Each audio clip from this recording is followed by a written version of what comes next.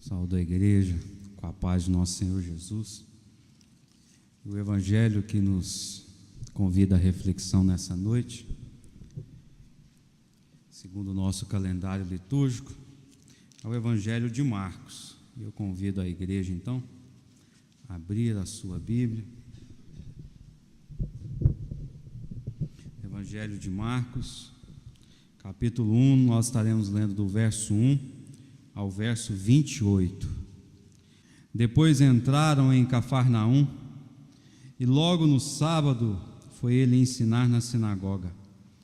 Maravilhavam-se da sua doutrina, porque os ensinava como quem tem autoridade, e não como os escribas.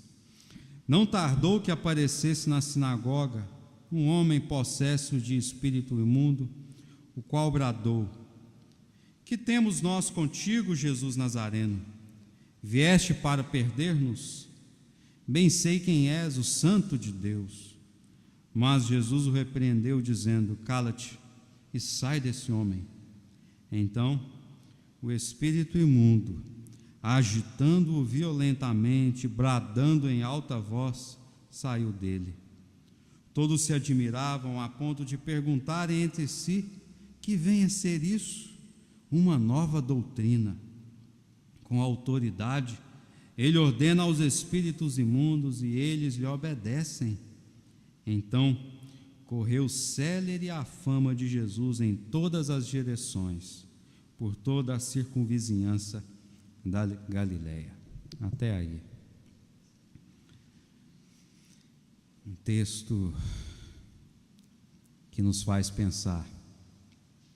Certa vez perguntaram para aquele padre Fábio de Mello se um dia ele se deparasse com um endemoniado, ele expulsaria o demônio dessa pessoa.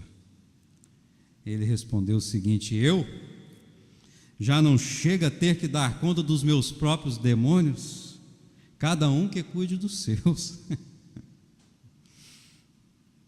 Essa perícope que nós lemos no Evangelho de Marcos é interessante, é difícil ao mesmo tempo, sobretudo se desconhecermos os desdobramentos na história da religião judaica sobre o tema da presença do mal no mundo. Muitos sabem que no judaísmo antigo, tanto o mal quanto o bem vinham de Deus, provinham de Deus. E carece saber que essa personificação do mal, na figura de Satanás, só foi ser pensada no período helenístico. Dentro do contexto neotestamentário, então, do Novo Testamento, da igreja primitiva, era comum alguém se dizer possesso por um espírito maligno, do mal. Segundo o imaginário popular da época, este atormentava aquele que por ele era tomado ou possuído. E a gente vê essa realidade muito presente nos nossos dias. Ainda há esse imaginário, essa questão da possessão. Mas é curioso que, segundo a tradição do Evangelho que lemos, Jesus chega em Cafarnaum, cidade-chave para o seu ministério. Fora em Cafarnaum que escolheram os 12 discípulos, os apóstolos. Ali era uma espécie de quartel-general para Jesus, lugar onde ele ia e vinha sempre, onde ele renovava suas forças na missão da propagação do reino. E foi na sinagoga, em que ele agora se encontrava e estava, que havia inaugurado o seu ofício pastoral, com a leitura do profeta Isaías, que dizia: O Espírito do Senhor está sobre mim, e me consagrou com a unção, para anunciar a boa nova aos pobres. Enviou-me para proclamar libertação aos presos e aos cegos, a recuperação da vista, para libertar os oprimidos, proclamar o ano aceitável da graça do Senhor. Bom, então, era hora de pôr em prática aquela profecia. E eu não creio que a brincadeira do padre Fábio caísse bem ali naquele momento, diante daquele endemoniado. ainda mais desse se referir a Jesus como o Santo de Deus. Jesus não poderia dizer: amigo, eu já tenho os meus demônios, fique cada um com os seus, vamos dar as mãos e ali no bar tomar uma. É verdade que Jesus também tivesse os seus demônios, não adianta.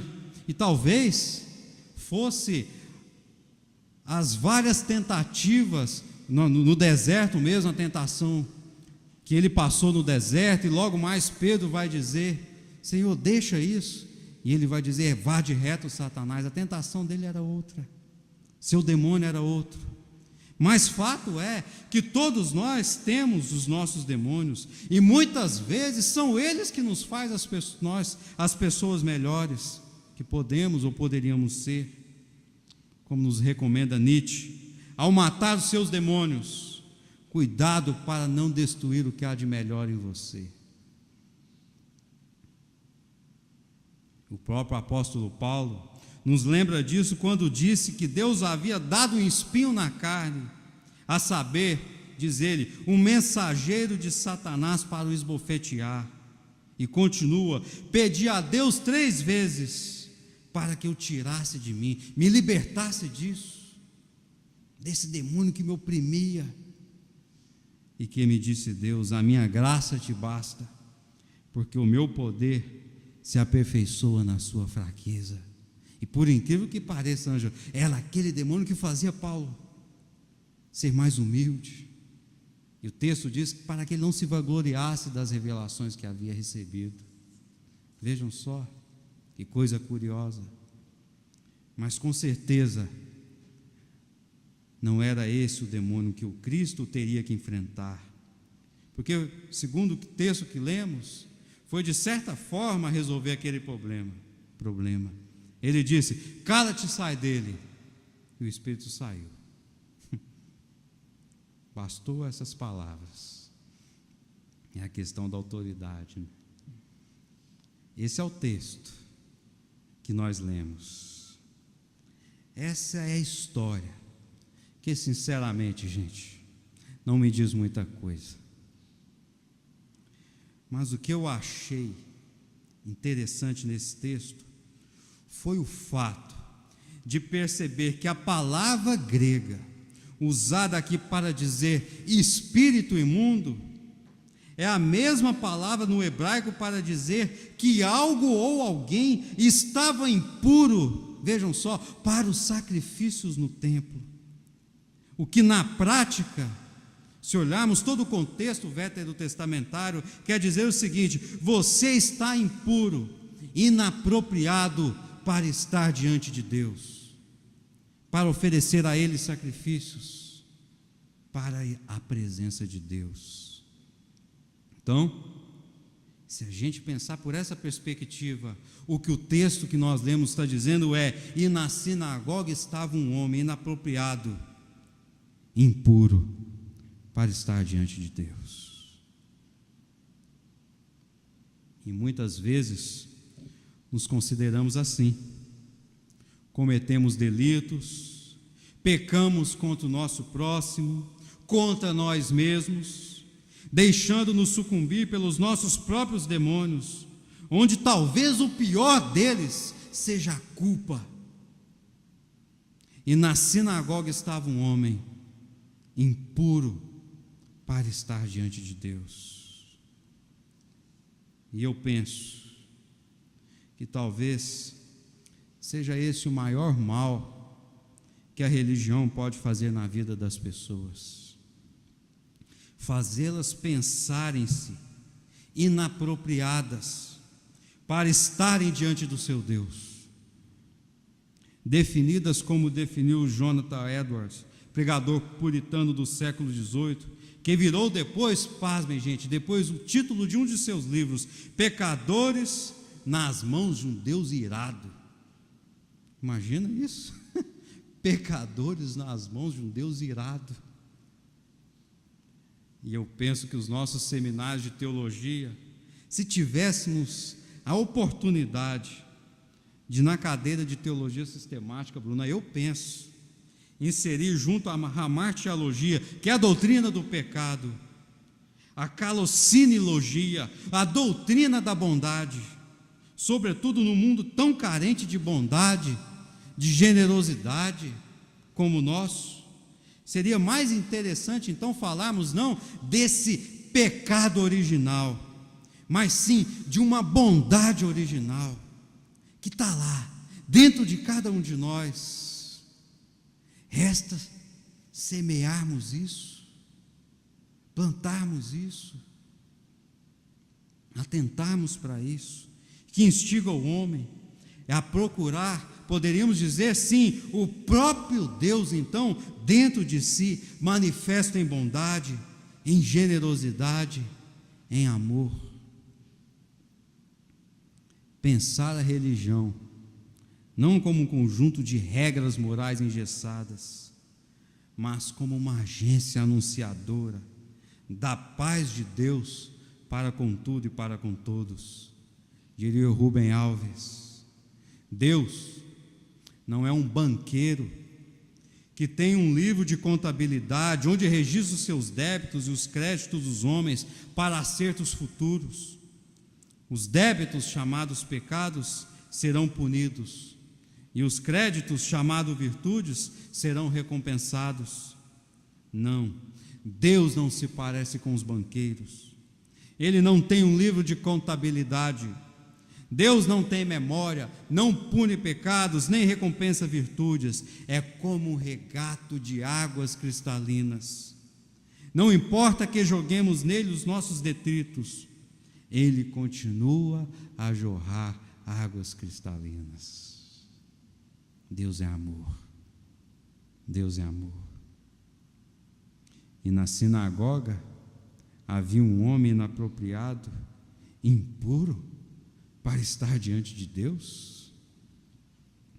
E esse texto é lindo, porque o endemoniado ali se refere a Jesus como aquele que é o santo de Deus. Veja o contraponto aqui. Logo Jesus, que andava com prostitutas e cobradores de impostos, festeiro, comelão, o beberrão, considerado talvez como o pinguço de Nazaré. Por que não? Seu primeiro milagre foi transformando as 6 talhas de água em vinho. E vejam só, cada talha cabia cerca de 120 litros de vinho. Foram, gente, 600 litros de vinho. Imagina o estado daquela gente nessa festa. Me lembra a nossa igreja aqui depois do culto, né, ali no Itaí, né? Mas é festa. Pergunta então o homem: vieste para nos destruir? Poderíamos dizer que sim, mas não, rapaz, vítima de um sistema doentio, produtor das mais alucinantes viagens que o fundamentalismo produz, mas destruir sim essa ideia de que em algum momento da nossa vida estivemos impuros, inapropriados para estar diante de Deus. Não, segundo a narrativa que lemos, o mestre não dialogou com a persona daquele homem, mas com seus próprios demônios, e por isso mesmo ele foi chamado para a vida, porque foi a Deus com seus próprios demônios, como ele era na sua essência, seu lado positivo, seu lado negativo. Ele foi de forma integral, como ele era. Por quê? Deus é Pai, é mãe de todos e todas, nos aceita como somos e estamos, independente da nossa condição social, étnica, da nossa orientação sexual. Ele é Pai, verdadeiro amigo que acolhe e diz: és aceito, és aceita, és aceito, és aceita. é a aceitação da aceitação, aceitar que somos aceitos, essa aceitação que surpreende, amor que constrange, que alenta e aquece o coração, esse amor que escorre numa cruz e que sem culpa alguma é derramado, amor que vence a própria dor, tudo para nos ter ao seu lado. És aceito, és aceita, é a ideia que me faz pensar, e aqui eu termino, que o amor de Deus, que Deus me dá é infinito, sem igual, faz de mim sua morada, não pergunta pelo que fiz, se fiz bem ou se fiz mal, traz à vida a esperança, novidade, recomeço, e sem forças eu lhe indago, meu Senhor, eu não mereço. É quando a graça me surpreende e faz o sol enfim brilhar, e contra tudo que me oprime, meu Deus me diz, vem sonhar, e a vida se faz festa, com alegria e amor. Deus em mim se faz poesia, faz cessar toda a minha dor. O amor de Deus é pleno, é repleto de bondade, traz descanso para a alma e para a vida, liberdade. Que Deus nos abençoe. Amém?